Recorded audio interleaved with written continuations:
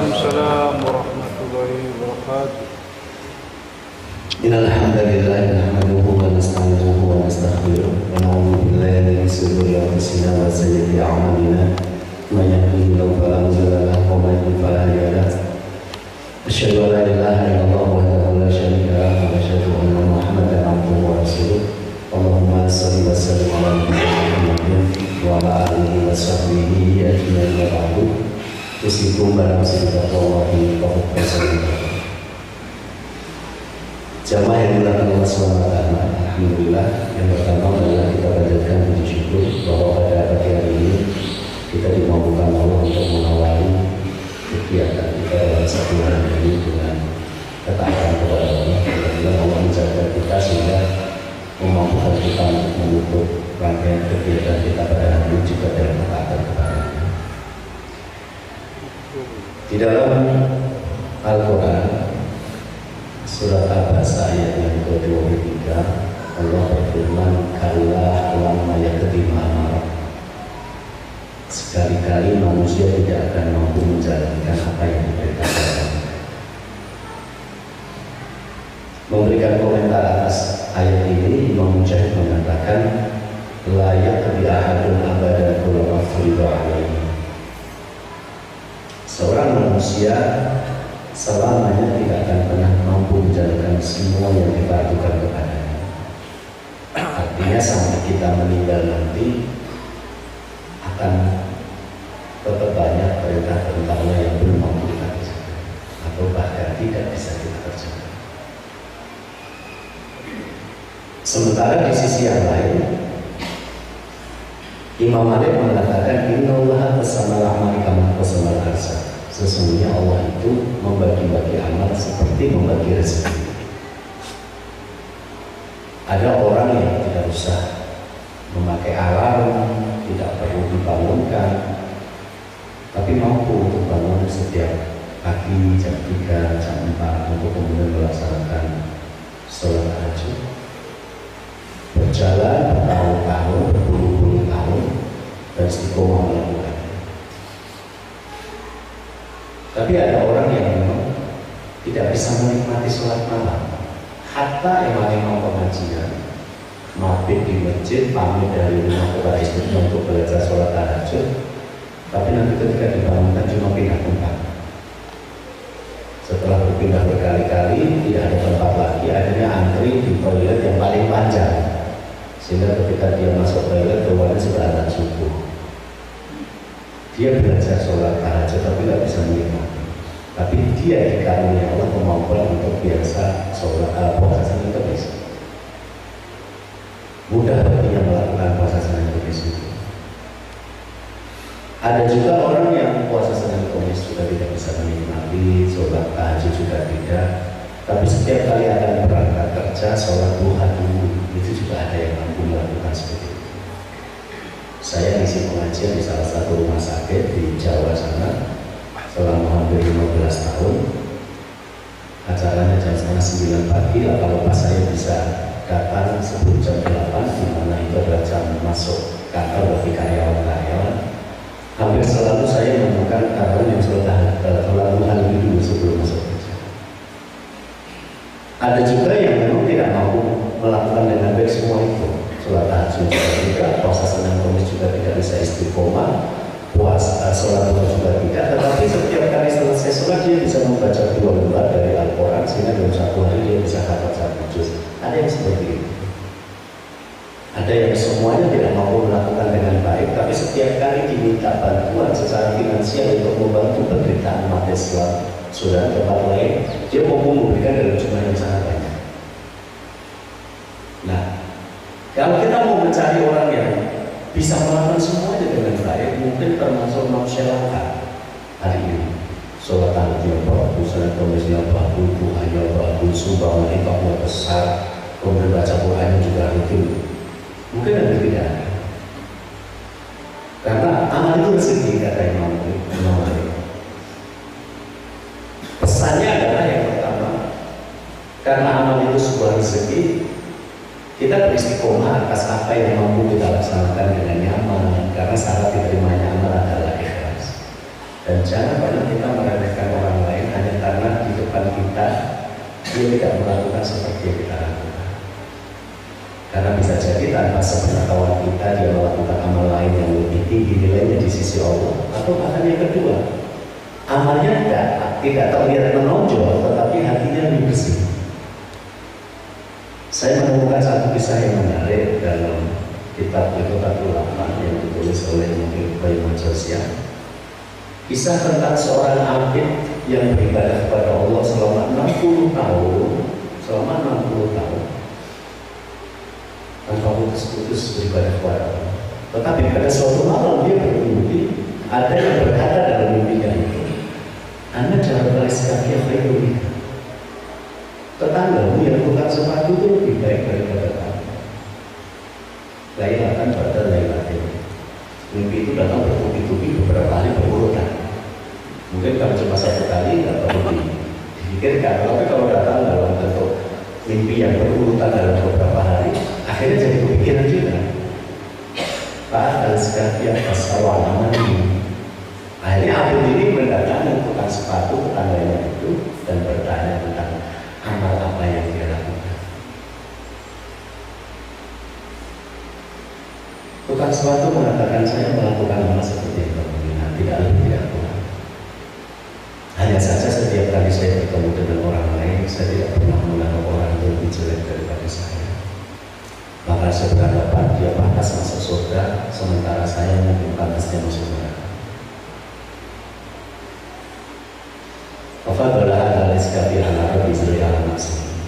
Maka tukang sepatu itu menjadi lebih utama daripada ahli ibadah karena dia merendahkan dirinya di depan orang lain. Yang menarik dari kisah ini adalah bahwa seseorang bisa saja menjadi lebih baik dari orang lain bukan dari banyaknya ibadah yang dia lakukan. Tukang sepatu itu tak tahu aktivitasnya ya tidak jauh-jauh dari pasar. Karena undangannya ya adanya di pasar, tempat setan membangun kerajaan. Sementara Habib secara fakta kita lihat dia akan aktif di tempat-tempat ibadah. Tapi informasinya menjadi menarik karena tukang sepatu itu menjadi lebih baik daripada wakilnya. Dan kisah ini menjadi lebih baik bukan dengan amal yang terlihat oleh orang lain, tapi oleh hati yang lebih bersih. Saya tidak pernah meremehkan orang lain. Itu amal yang tidak diketahui orang kecuali dia mengakuinya. Pelajarannya bahwa bisa saja seseorang sibuk dengan ibadah, tapi kemudian menjadi ria atau sumah, menyombongkan diri, menganggap orang lain yang tidak melakukan ibadah sebanyak dia rendah.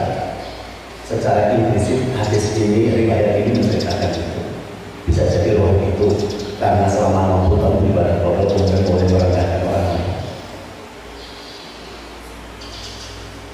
Ibadah yang lain adalah ternyata ketulusan hati, keikhlasan hati itu bisa mengalahkan banyaknya ibadah fisik. Karena sebuah amal tanpa diikuti dengan keikhlasan, dengan ketulusan hati, iman bermanfaat atau bermanfaat. Kayak kemudiannya bisa jadi amal itu tidak bermanfaat sama sekali, atau kalau bermanfaat sangat sedikit nilainya. Karena justru yang menjadi penentu kualitas kita adalah bagaimana hati kita itu. Sehingga orang menggambarkan kalau orang-orang yang beramal tidak ikhlas, kemudian juga tidak sesuai dengan ittiba kepada Nabi, waqadimna ila ma amilu min amalin faja'alna ba'an mafruḍa. Kami tunjukkan catatan amal-amal perbuatan mereka dan kemudian kami jadikan itu sebagai debu yang berterbangan.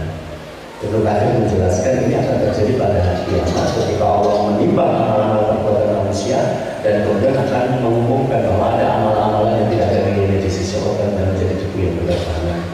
Dan di anak apodat suatu syar'i karena amal ini kehilangan syarat untuk diterima secara syariat, yaitu keikhlasan dalam hati dan kebenaran atas ittiba pada Nabi pada saat lahirnya. Yang ketiga yang bisa kita ambil dari halal yang adalah berarti dari sekian banyak peluang kita melakukan sebuah kebaikan, pada akhirnya kita harus memilih. Maka ada kitab yang membahas kitab tentang tazkiyatun nafs, biasanya membahas tentang muhasabah qablal amal. Sebelum kita memutuskan untuk berbuat sesuatu amal, coba dipikir dulu barang beberapa saat. Kalau saya melakukan ini, kira-kira akan menambah lebih baik dan saya di sisi Allah. Saya bisa menjaga keikhlasannya enggak? Saya pastikan ilmu saya cukup sehingga dia hadir sebagai sebuah amal yang tunduk atas ittiba kepada Nabi kan? Kalau itu melibatkan orang-orang di sekitar saya bisa mengatasi mereka tidak? Misalnya tadi diumumkan oleh panitia bahwa mulai pagi hari ini dan sampai nanti hari Ahad semua infak akan disumbangkan ke Banjarnegara. Mungkin ada beberapa bapak yang langsung tertarik ingin membantu dan langsung memberikan suku infak yang lebih banyak. Tetapi begitu dia pulang ke rumah, ternyata infak itu adalah mengurangi nafkah untuk istrinya setiap bulan. Ketika dia biasanya ngasih istrinya, maaf misalnya angka barang 1 juta atau 2 juta, sekarang 2 juta orang 100.000 misalnya, ditanya sama istrinya, lo kok kurang? Seberapa tidak semua perempuan siap dengan perbuatan baik yang dilakukan oleh suaminya. Mungkin istrinya mengatakan, lo kalau membantu silahkan, mau berapa juta atau silahkan, tapi jangan kurangi nafkah saya dong. Maka meskipun si suami ini berniat melakukan amal soleh, dia tidak bisa mengendalikan dan apa yang terdapat dari amal soleh yang dia lakukan. Dalam cerita saya ini ada istri, mungkin anaknya, mungkin orang tuanya, mungkin anak buahnya. Bisa jadi sebuah amal soleh yang dilakukan akan berdampak pada mereka. Kira-kira saya bisa mengatasi atau tidak? Nah, kalau kira-kira kita tidak bisa mengatasi, kita bisa memilih amal yang lain. Karena amal yang bergerak masih banyak sekali. Jadi kalau misalnya Anda memutuskan untuk bangun sholat tahajud misalnya, maka antum harus bisa mengendalikan kantor ketika jam-jam 9 pagi atau jam 10 pagi. Anda bekerja sebagai karyawan, dan itu saatnya Anda ngantuk. Tidak ada pemimpin perusahaan yang dengan ikhlas membayar karyawan ngantuan, itu tidak ada. Akhirnya kalau Anda memilih sholat malam, ya Anda harus berjuang agar pada jam-jam kerja tidak ngantuk. Kalau Anda ngantuk, apalagi menyombongkan diri, karena ketika ditanya pemimpinnya, kenapa kamu ngantuk? Saya ngantuk karena sholat tahajud Pak, bukan kayak Bapak karena nonton pertandingan sepak bola. Itu kan sudah apa namanya mengurangi hak kerjanya dia, kewajiban bekerja dia membanggakan amalnya, bahkan merendahkan orang lain.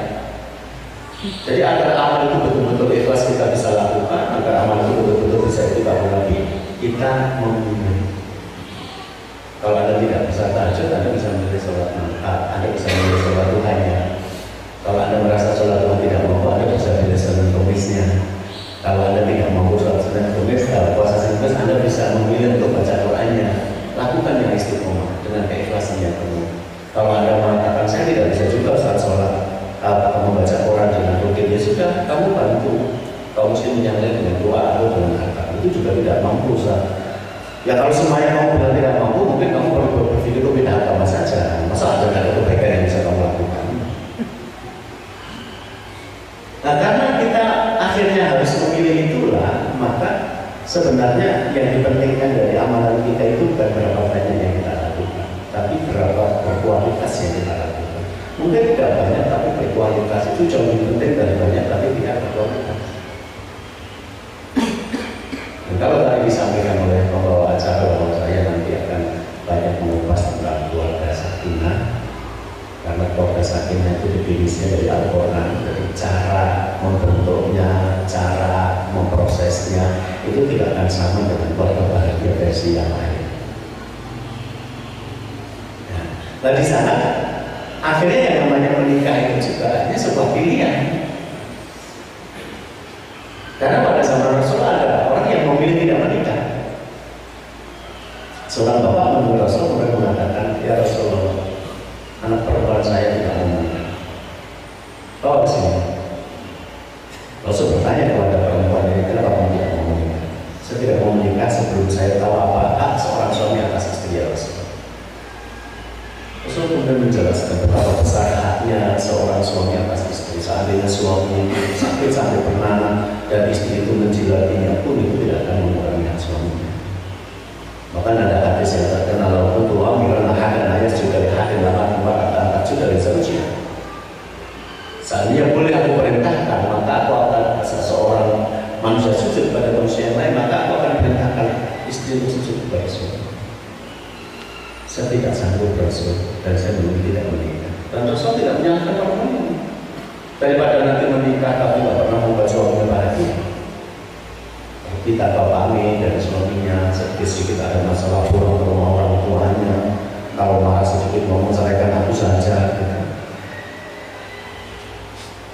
Ini untuk perempuan, untuk laki-laki juga sama sebenarnya. Kalau kamu akhirnya memilih untuk menikah, maka jadilah laki-laki yang bertanggung jawab atas pernikahanmu. Fattaqullaha fi nisa fa innakum akhadtuhunna bi amanatiha. Takutlah kamu kepada Allah dalam hal menjadikan perempuan sebagai istrimu. Karena rata-rata mahar yang diberikan oleh seorang laki-laki kepada istrinya tidak pernah sebanding dengan apa yang pernah dikeluarkan oleh bapak untuk membesarkan anak perempuan yang sangat besar. Baru lahir saja kalau sisa sudah 8 juta. Itu baru lahir. Belum lagi kalau nanti pernah sakit-sakitan ke rumah sakit, sekolah itu semua dibiayai bapaknya. Itu kalau dikalkulasi selama 20 tahun misalnya kita menikahi perempuan berumur 20 tahun, itu realitanya bisa sampai ratusan juta. Dan tiba-tiba datang laki-laki, ternyata maharnya cuma seperempat alat sholat, dan itu saja ternyata waktu membeli diskon 50%. Nggak sebanding gitu. Nah, pada akhirnya kalaupun dia membuat kamu membawa perempuan itu pulang ke rumahmu secara sari, maka bahagiakanlah dia. Buatlah menikahinya menjadi amal ibadahmu kepada Allah. Jadikanlah keluarganya menjadi ibadahmu yang membuat kamu berdiri di sisi Allah, bukan ajang untuk balas dendam. Ada yang menikah bulan pergi tidak memperhatikan keluarganya bertahun-tahun. Mentang-mentang punya teman namanya Toyib sampai 3 kali lebaran saja nggak pulang-pulang misalnya. Kasihan istrinya dulu. Ada yang begitu menikah kemudian tidak memberikan nafkah, ada yang begitu menikah suka mukul istrinya. Saya yakin kalau bapaknya tahu dia tidak rela anak perempuan itu berhentikan. Biaya untuk melahirkan sampai besar demikian besar, kamu minta izin untuk memukuli anak perempuan itu hanya dengan seperempat alat sholat. Kembalikan pulang, aku akan merawat dia kembali. Karena menjadi istrimu tidak membahagiakan dia. Maka Rasul mengatakan, fattaqullaha fi nisa. Takutlah kamu dalam menjadikan perempuan sebagai istri. Fa'innakum akhadtuhunna bi amanatillah, sebab kamu mengambil dia sebagai amanah dari Allah, dan setiap amanah akan dipertanggungjawabkan. Kullukum ra'in wa kullukum mas'ulun 'an ra'iyatihi. Jadi persoalan rumah tangga itu juga tidak sederhana, tidak sekedar saya lihat perempuan cantik membayangkan nanti malam ada teman tidurnya, bukan. Itu amanah. Itu seperti ibadah yang lain. Kalau kita melakukan, harusnya nilai amal soleh kita bertambah di sisi Allah. Kalau kita hanya akan membuat pernikahan kita hancur berantakan, kamu bisa memilih tidak menikah dan memilih amal lain yang tidak akan kamu bisa ikhlas menjawab melakukannya. Makanya kalau kita bertanya kepada para ulama, hukum menikah juga ada yang haram loh. Kalau mau niat menikahnya bukan untuk membahagiakan pasangan. Sama soal suku yang diminta Rasulullah. Hidup kita yang singkat ini akhirnya mengajarkan kepada kita menjadi manusia-manusia yang cerdas. Manusia-manusia bukan hanya melakukan amal, tetapi memilih amal. Bukan hanya menghitung berapa jumlahnya, tapi bagaimana kualitasnya. Itu yang mengatakan bahwa orang yang hatinya bersih akan lebih fokus pada bagaimana memperbaiki kualitas amalnya daripada memperbanyak amalnya. Di sisi yang lain ada seorang sahabat Abu bin Alas mengatakan, laisa al-aqilu man ya'riful khayra minasyarr walakin walan ya'riful khayra syarrain. Orang yang cerdas bukan orang yang bisa membedakan mana yang baik dan mana yang buruk, tapi orang cerdas adalah orang yang bisa membedakan mana yang lebih baik dari dua hal yang buruk. Jadi maksudnya begini, dalam hidup ini kadang-kadang kita berhadapan pada situasi pilihan-pilihan amalnya sama-sama baik atau sama-sama buruk. Dan kita dengan keterbatasan yang kita miliki, tenaga, biaya, waktu, hanya mampu melakukan salah satu. Kalau pilihannya adalah amal baik, maka kita dituntut memilih mana yang terbaik. Nah, ketika seseorang bisa memilih yang terbaik dari yang baik, itu baru benar-benar cerdas. Orang tak. Kalau hanya membedakan ini baik ini buruk, nggak terlalu sulit. Mau aja sih bisa membedakan. Demikian juga kalau pilihannya adalah amal-amal yang buruk banyak di sekitar kita, dan kita harus melakukan salah satunya, maka kalau melakukan dalam arti menghancurkan, kita harus memilih amal buruk yang besar-besar insya Allah. Tapi kalau terpaksa harus melakukan, maka mana di antara amal-amal buruk yang ada yang paling ringan bisa didapat. Nah, barang siapa yang dalam seperti itu, maka hidup akan efektif. Karena tidak semua amal baik itu nilainya sama. Baru sholat pagi ini saja, inna sholat jamaah afdalus sholat dan bisa biwajib darajat. Sholat berjamaah itu lebih baik daripada sholat sendiri 27 derajat. Kalau kita hitung secara matematika, misalnya ada dua orang yang melakukan sholat yang sama subuh ini, yang satu di rumah, yang satu di masjid berjamaah, kualitasnya sama. Maka yang di rumah mendapatkan satu, yang di masjid mendapatkan 27. Ini untuk mempermudah hitungan matematikanya saja. Nanti duhur dengan pola yang sama, maka yang di rumah 1 tambah 1, yang di masjid 20 tambah 27, sudah 54. Nanti asar yang di rumah tetap 1, 3, 1 tambah 1 tambah 1, kemudian yang di masjid 20 tambah 20 tambah 7, itu sudah 81. Coba ada yang itu selama 20 tahun, berikan tangan. Tapi orang yang tidak mementingkan kualitas amal selalu mencari pembanding yang lebih jelek. Kenapa kamu nggak pernah berjamaah? Lah, Pak sholatnya cuma di rumah. Ya, aku di rumah masih sholat daripada tetanggaku nggak tahu yang sholat. Nanti tetangganya yang nggak sholat juga ditanya, kenapa kamu nggak sholat? Loh, saya nggak sholat, kamu sama tetangga saya baik kok. Itu sebelah saya nggak sholat sama tetangga buruk. Nanti sama tetangganya buruk ditanya, kenapa kamu sama tetangganya buruk dan nggak sholat? Saya nggak buruk, itu cuma ngomong, dia nggak pernah mukuli. Nanti yang mukuli juga begitu, kenapa kamu mukuli sama tetangga? Aku cuma mukuli, tapi itu makan memutilasi tetangganya gitu. Di Indonesia ini sebelum kamu tetap jadi baik kalau kamu tidak mencari pembanding yang lebih buruk. Itu kalau bandingannya dengan orang lain. Tapi kalau bandingan dengan diri sendiri tidak begitu. Kalau saya bisa 27 derajat, kenapa pilih 1? Karena apa? Menyanyikan umur. Anda harus mengulang 27 kali untuk 1 kali saja dengan kualitas yang sama. Kalau Anda melakukan dengan konsep memilih yang lebih baik seperti itu. Jadi dulu itu memilih amal sangat banyak sampai mati nggak habis-habis. Pilihlah yang kira-kira saya ikhlas melakukan agar terjadi amal soleh kita semuanya, termasuk pernikahan kita. Karena saya kenapa saya suruh pernikahan? Karena saya nanti akan mengupas tentang masalah pernikahan. Begitu.